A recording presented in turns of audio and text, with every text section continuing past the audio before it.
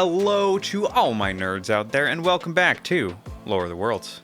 High fantasy has come a very long way since Fellowship of the Ring first dropped in 1954. We've seen absolutely massive shifts in what authors prioritize, who their audiences are, and what they want to write about. The scope and complexity of the stories being told has grown, giving authors more control in building the worlds that they desire, the characters that they want to write about, and the circumstances that encompass all of it.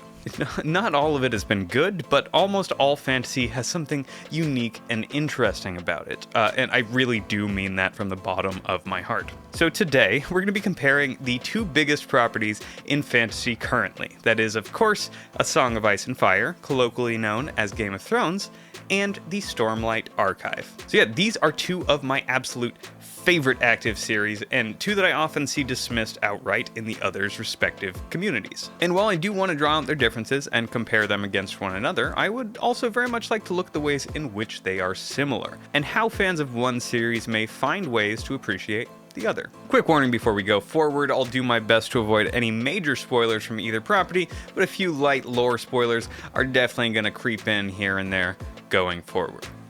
So, without further ado, I'll see you on the other side.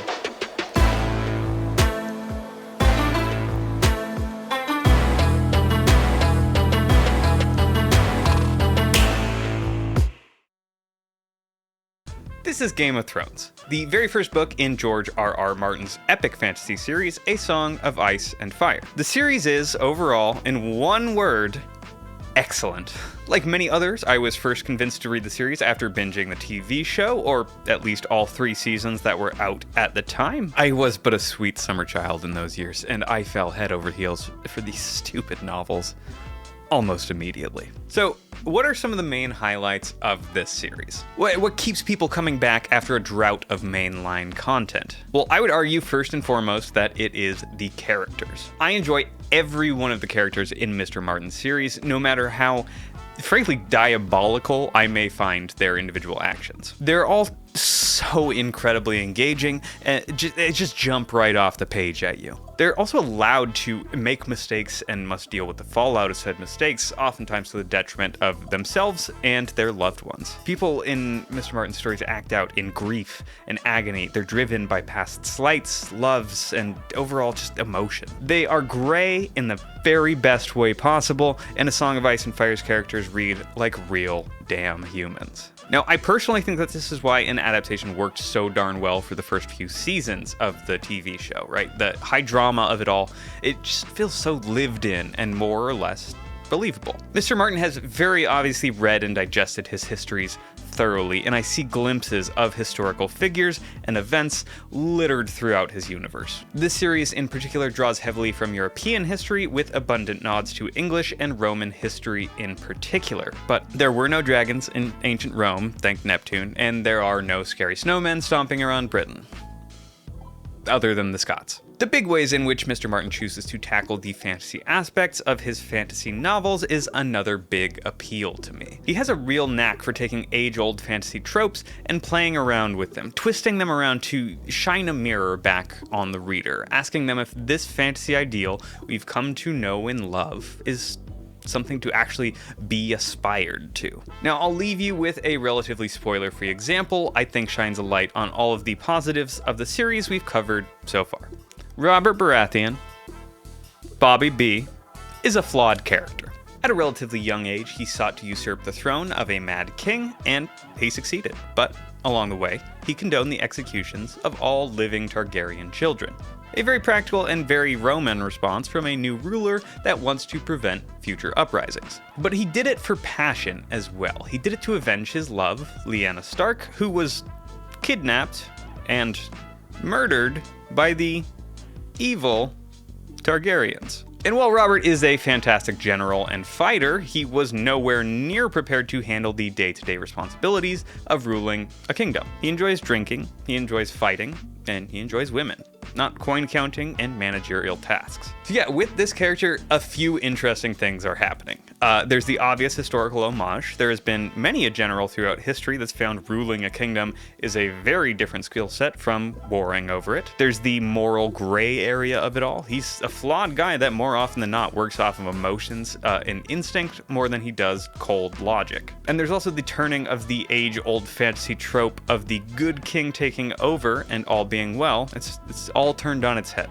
The slightly better king took over and all was not quite well. Not much changed. In fact, it could be argued that life was harder under Baratheon rule than the previous Targaryen regime. Save, of course, for the final 10-ish years of mad Targaryen reign.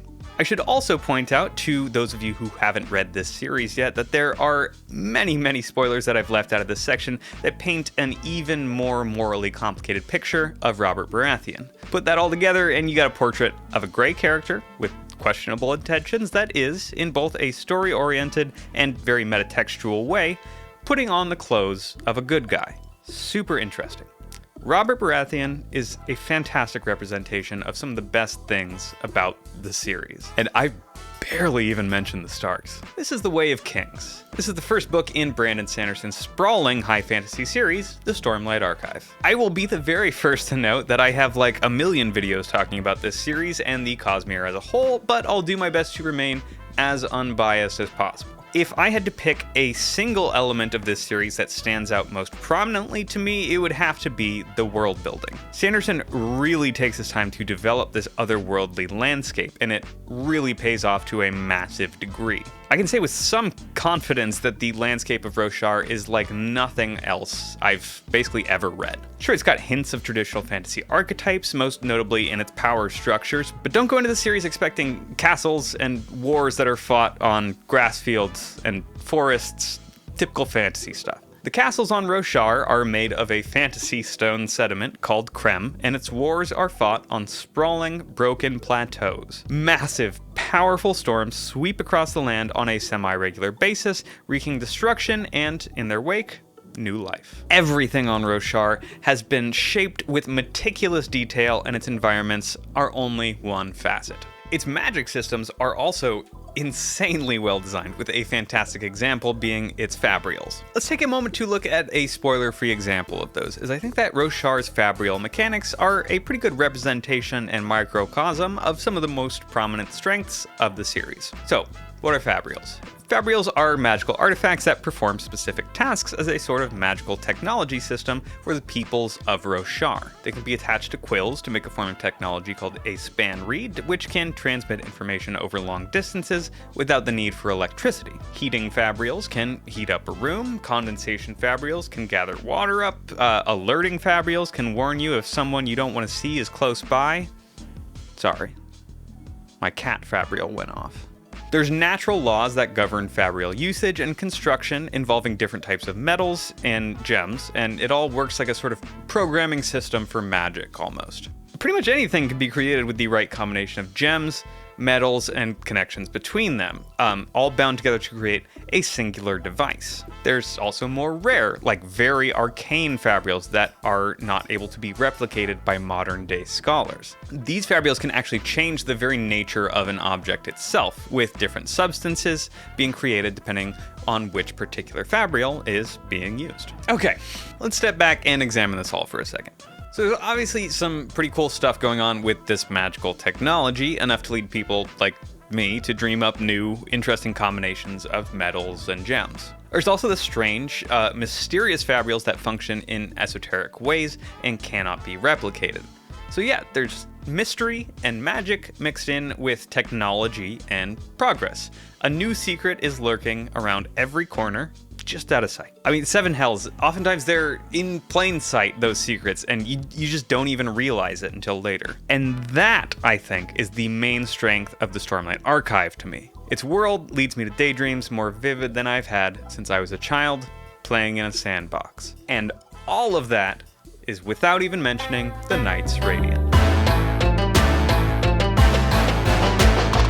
So the ways in which these two authors plot their stories can be broken down into two more or less distinct categories: the architects and the gardeners. Architects plot their stories out meticulously beforehand, laying out most details of their worlds before they've even begun to write. Gardeners are the opposite. They start with the broad strokes of a story, a general idea of how they want everything to go, and then just start writing. This isn't to say that there's no overlap between the categories, there absolutely is, and it's more like two ends of a spectrum than rigid groupings. Sanderson is the prototypical architect. Every plot point is more or less planned out before he even begins writing. It's one of the biggest reasons that he's able to write so darn quickly, and he's able to utilize this style of writing to positively churn out stories. He often has more than one project releasing in a single year, and from my estimation, more often it's closer to 3. In 2023, that number was 5. That's 5 full novels. Insane. The architectural style of writing usually makes for more satisfying endings, as well as everything is wrapped up neatly and with careful foresight. And indeed, Sanderson is known for writing incredibly satisfying endings. Martin, on the other hand, is very much a gardener. His ideas, characters, and plots are developed and expanded on during the actual writing of the books, which can lead to far more realistic character development and scenarios feeling overall more organic and free-flowing. It also leaves quite a bit more room to improvise along the way.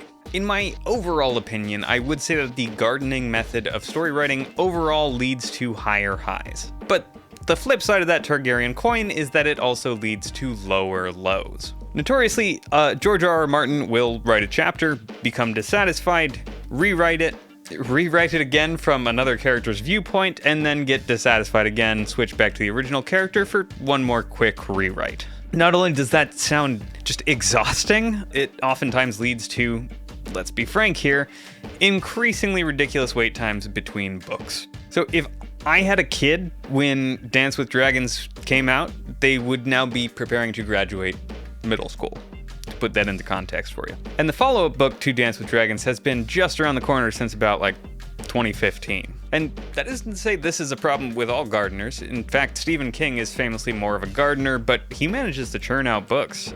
This is more of a Martin getting sidetracked problem. Stormlight, on the other hand, is nothing if not punctual. In addition to being able to churn out work on a consistent basis, it all seems to hover around the same level of quality. At the end of the day, it comes down to preference. With less room to adapt and improvise, it becomes harder for architects to change their paths their characters take if they aren't working. But you're also not going to end up with as many Miranese knots, where characters are stuck spinning the wheel while we're waiting for stuff on the other side of the world to happen. I'll be bringing up these writing styles frequently as we go forward, so let's just keep that all in mind.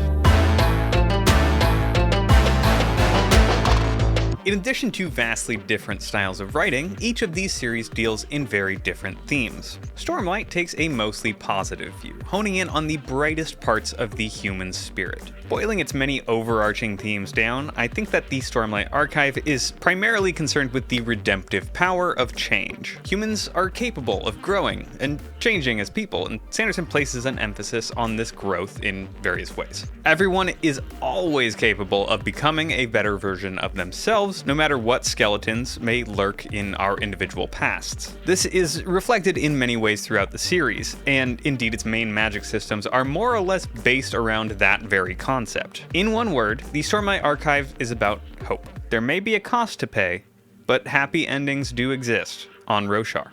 Song of Ice and Fire is more interested in the darker aspects of the human condition. And sure, humans in Martin's novels persevere, they hope, and they love in ways similar to how we may in our own lives. A little too close to real life for comfort sometimes. George R.R. Martin is here to remind you that there is always someone right around the corner to cut your happiness short for the slightest political gain, bit of money, or base sexual desire. It is an absolutely cynical, cutthroat lens that Martin sees his world through, and it's written in a way that fully engages the reader. I'd also very much argue that it makes the times when characters persevere, hope, and love feel all the more impactful. But A Song of Ice and Fire has also been heavily criticized for this same outlook, because everything is so grim. People that you love are dying off all the time, and everyone's always in turmoil.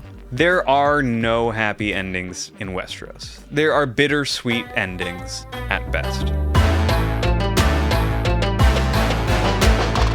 I'm gonna have to start this section off by commending both authors on their character building. Because yeah, this is one of the strongest aspects of both series, and it's clear that both authors put quite a bit of time and effort into thinking about their characters, how they interact with one another, and what makes them unique and interesting. I suppose this is kind of to be expected of two of the best-selling authors of all time, but I have to give them credit all the same, because they really are both so good with characters. Regardless of which property you choose to read, you're sure to find a plethora of characters that are well developed, interesting, and fully fleshed out.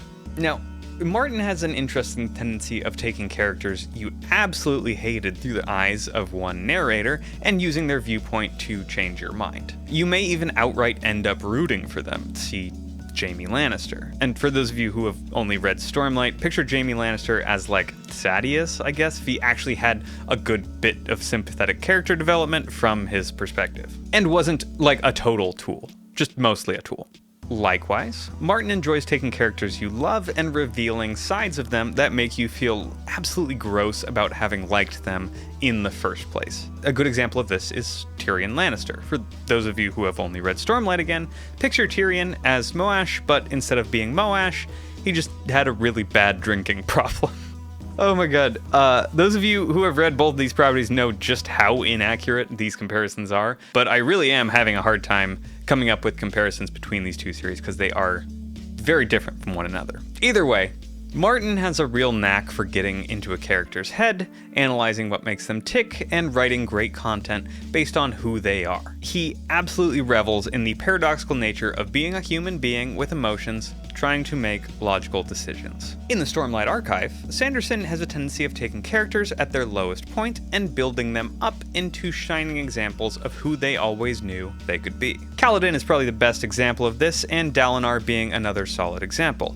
Shallan is Shallan. But I think that where Sanderson really shines with his characters lies in the extensive research that he does into characters that are not like himself. Seems like every time I read Kaladin's chapters, I'm confronted with just how much his depression is reflective of my own. How Teft's struggles with addiction jump right off the page at me and strike me as like, damn, these are things I've actually like said to myself before. Sanderson's characters feel real in a very different way than Martin's do, but they do feel real all the same.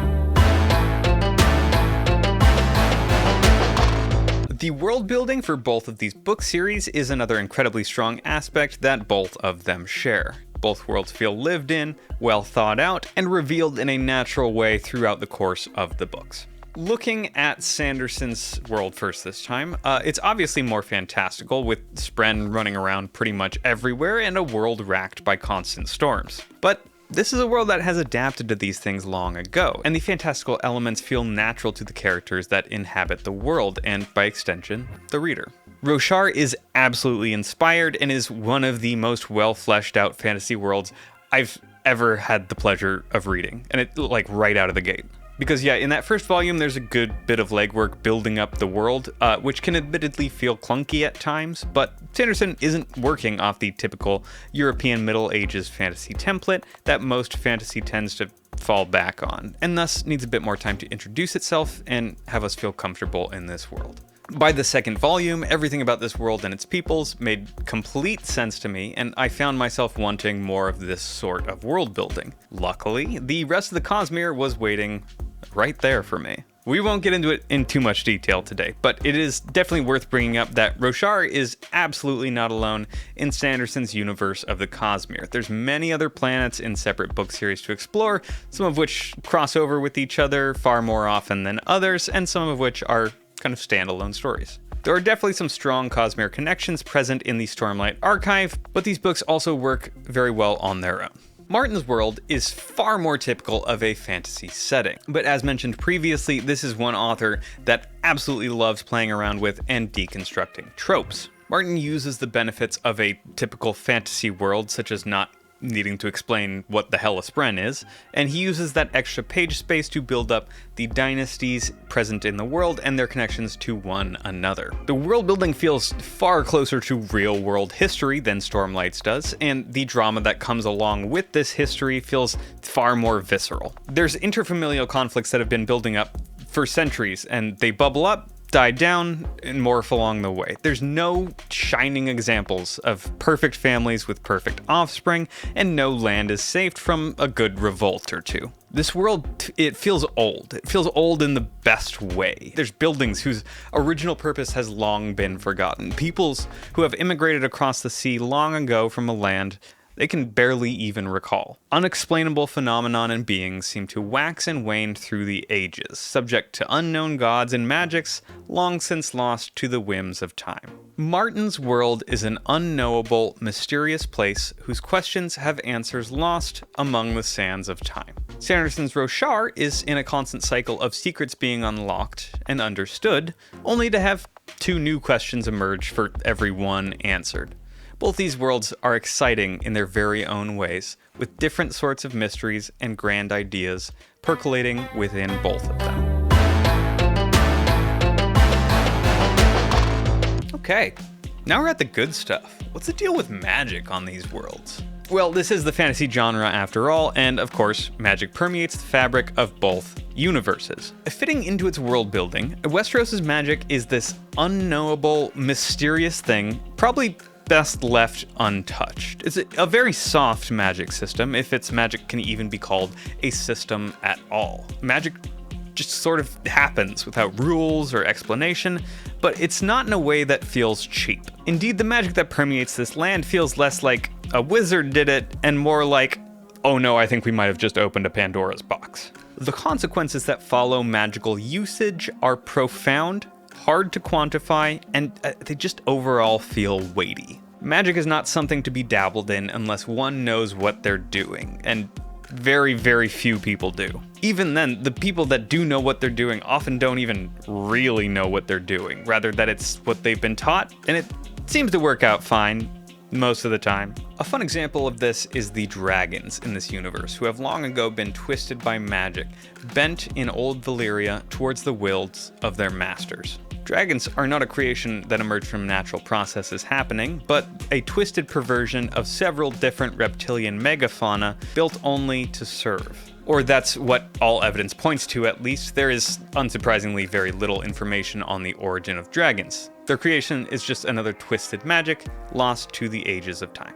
Roshar's magic, on the other hand, is rigid. There's a series of hard magic systems here, all following specific, knowable rules. They all tie into one overarching magical framework in the greater Cosmere, and everything sort of makes sense and has an explanation. That isn't to say that there's no soft magic systems. There are, but they're more rubbery than they are soft.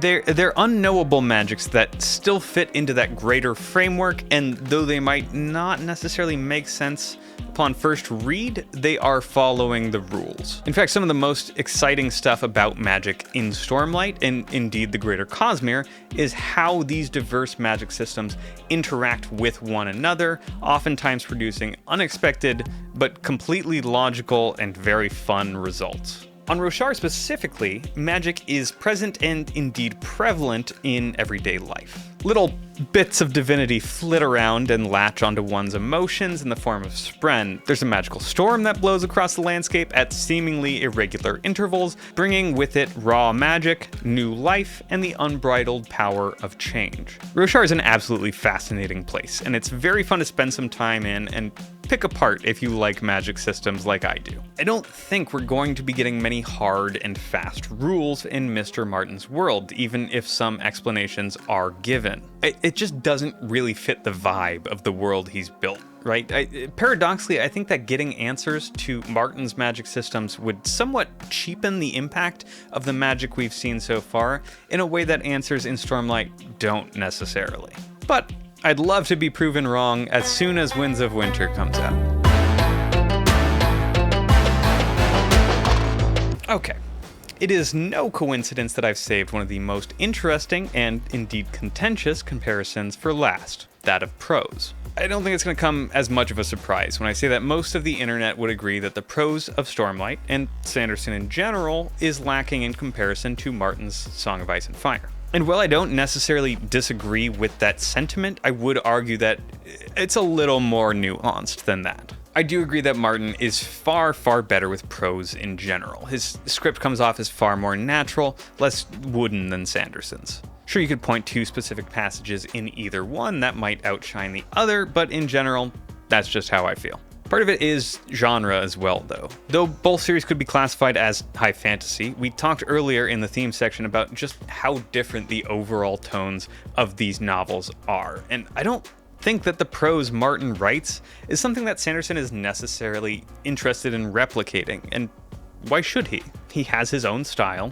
and his own way of doing things. And I would also be remiss if I didn't point out just how much growing Sanderson has time left for. It's near inarguable that his first book, Elantris, feels far more wooden and contrived than almost any of his newer works. And in my personal opinion, Yumi and the Nightmare Painter marks a high point in Sanderson's writing career so far. In essence, he's still growing, and he's going to continue to do so. Martin, on the other hand, has much more experience than Sanderson in this regard. He's just older, he has more experience under his belt. He's simply been around writing longer, and he's had time to grow and improve his craft.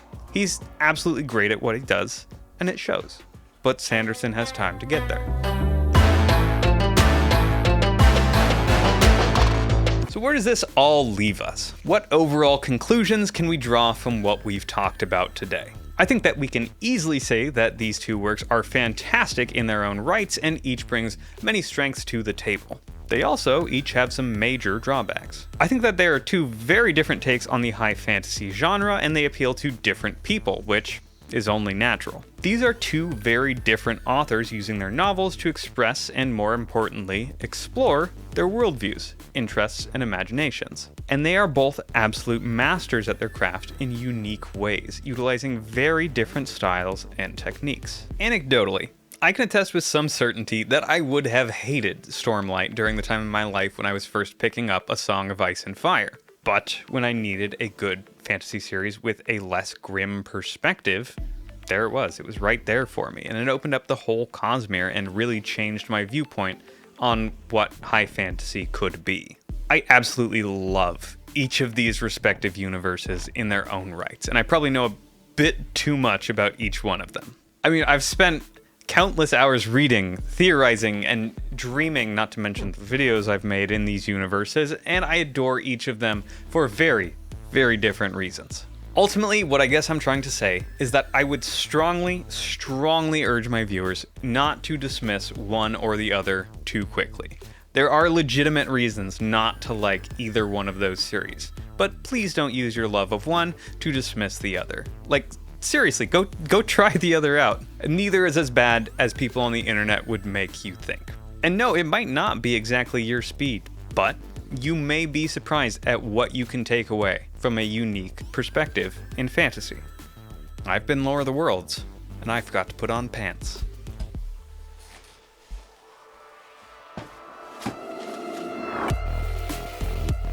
Thank you folks so much for watching. If you enjoyed this video, I'd strongly urge you to consider supporting me over on Patreon. Over there, you'll get early access to ad-free versions of my videos, behind-the-scenes content, Blender files, and much more. I hope you have a lovely day.